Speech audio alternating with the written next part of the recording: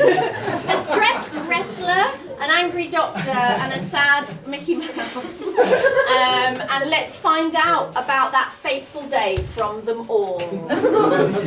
Oh, jeez. It just, you know, I thought one day maybe, they say you gotta start out small. I thought I could make it, you know, just get something in there.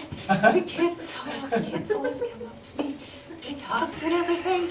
But, you know, that day, well, it was raining in Disney, and that's never a good sign when it's raining. Oh, the storm be coming for Disney. Oh, well, and everyone's wet. The costume gets wet. You worry about falling. You never want to be in a costume and fall.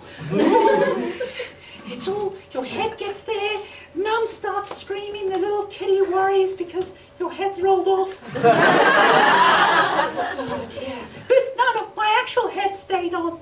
I didn't die like that. That was just an upsetting Tuesday. Yeah. Rain at Disneyland. Oh dear. Where do I start? Fucking hell, you're gonna make me repeat this. Okay, I'll repeat it. Got up, out of bed.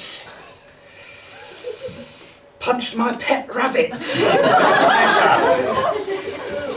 Wasn't happy. Bad dreams. Had to go into work that morning because all the other doctors, those lazy fuckers, were on strike. Queue of 29 patients for me. So I got on my gloves and saw the first one in. Most complicated heart transplant I've ever had to do.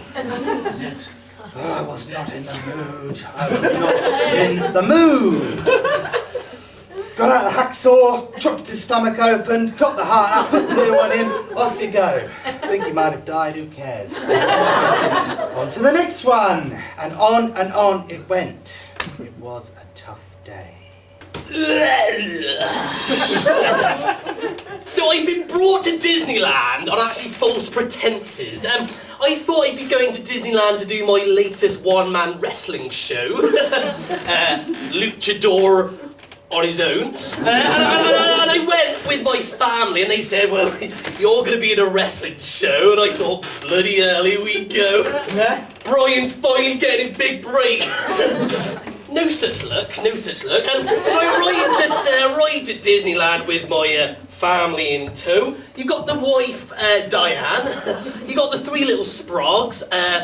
Brian Jr., of course. I hope he goes into the wrestling name, you know. I hope he becomes Brian Jr., the wrestler. Then we got little Brianina. She's thought she'd be a boy actually, but a bit confusing when that came out. And then of course we got Mildred. Now, three better children you could never hope to meet. Anyway, they were very excited to see Daddy do his own wrestling show. So we arrived at Disneyland, but as I say, it was under false pretenses. You know, I just always hoped, you know, maybe one day I'd break out of the suit and get a chance to do something real. It's awful, man. It's just horrid. And you got to deal with all these bloody terrorists. Oh, people always say Americans are the worst, but they really aren't. Once you've dealt with the broad gamut of humanity, oh my God. Oh my God. They turn up now. Now it's not just little kiddies. It's like all these, what are they called? Disney adults come in and they have this whole thing and they're in costume. It's very confusing. The worst is when they come dressed as you. You have a bit of an identity crisis. I mean, I know I sort of submerged myself into the role, but it's just awful when you see another Mickey looking at you. They've got it down a bit better. It's a little dragon film. And then they come in all kinds of, and then you've got to guess what they're dressed as sometimes. You just don't know. This day, I I swear, I mean, obviously, it's raining, so I can barely bloody see anything out of this house. And there's this guy, all in spandex. These kids. And well, you always got to guess with the kids, right? They don't really care if you do it wrong. But oh my God, you get one kid's like pronouns wrong, and another can fly off the handle. And you're like, the kids are fine usually, and you, God, the worst is when you ask them. You ask them, and the mother is like, Anyway, I didn't want to cause any trouble with the wrestler, but one of the kids, the name was Brynette. Just giving my bunny several punches. I was so angry. Like, how can I cheer myself up? And then I thought, back to my childhood. I'll go to Disneyland. Fuck it. I'll go to Disneyland. Got in the car. And on the drive, you know, I was quite happy. I smiled once or twice. Then I got angry. I was listening to LBC on the radio. That pissed me off. Got there, it was raining. Got out the car. Bloody 45 euros. Jesus, wet. For goodness sake. Anyway, paid it. Wanted to go to Space Mountain. It was closed. Now I see this colossal fat wrestler with his happy kids. And I saw this Minnie Mouse and this Mickey Mouse. And I saw this Bugs Bunny. That got me right annoyed. And then the final straw was when that Mickey Mouse went, "Hello there, hi."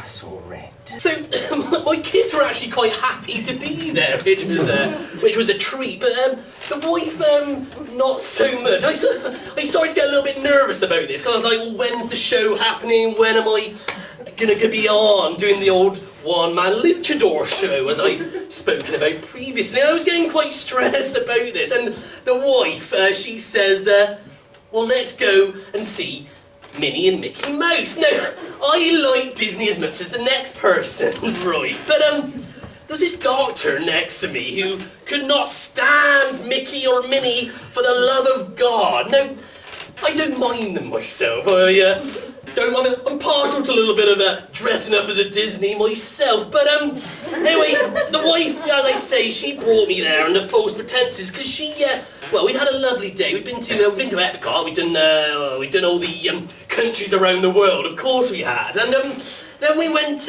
We tried to go Space Mountain, but that was closed, of course. Anyway, we're queuing up to meet Minnie and Mickey, and well, it was the curious thing.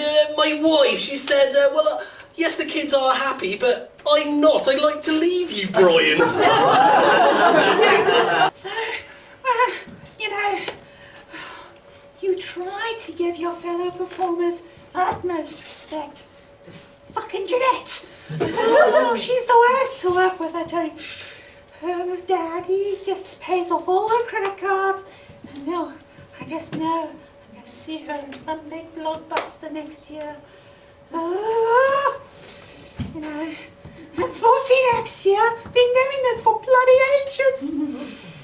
Oh, anyway, work in the queue, normal stuff.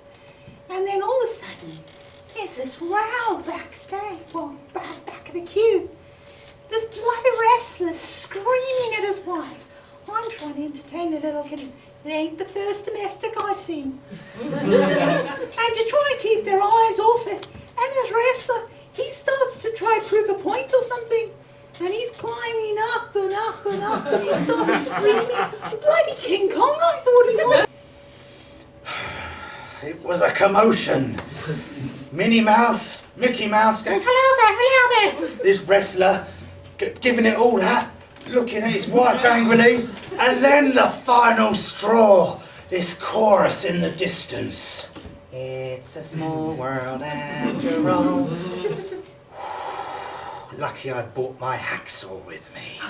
Yeah, no, so, I'm sorry to say, I actually, I got into a bit of a row with the missus, and, well, I think she was I was trying to prove a point or something, but, I can't really explain what I did next, which was, hilarious, really. I think the rage had got to me, all those kind of, well, the steroids didn't help, of course, but I think what I'd been trying to do was kind of calm it down, but I ended up climbing up this big tower like King Kong, I guess you could say.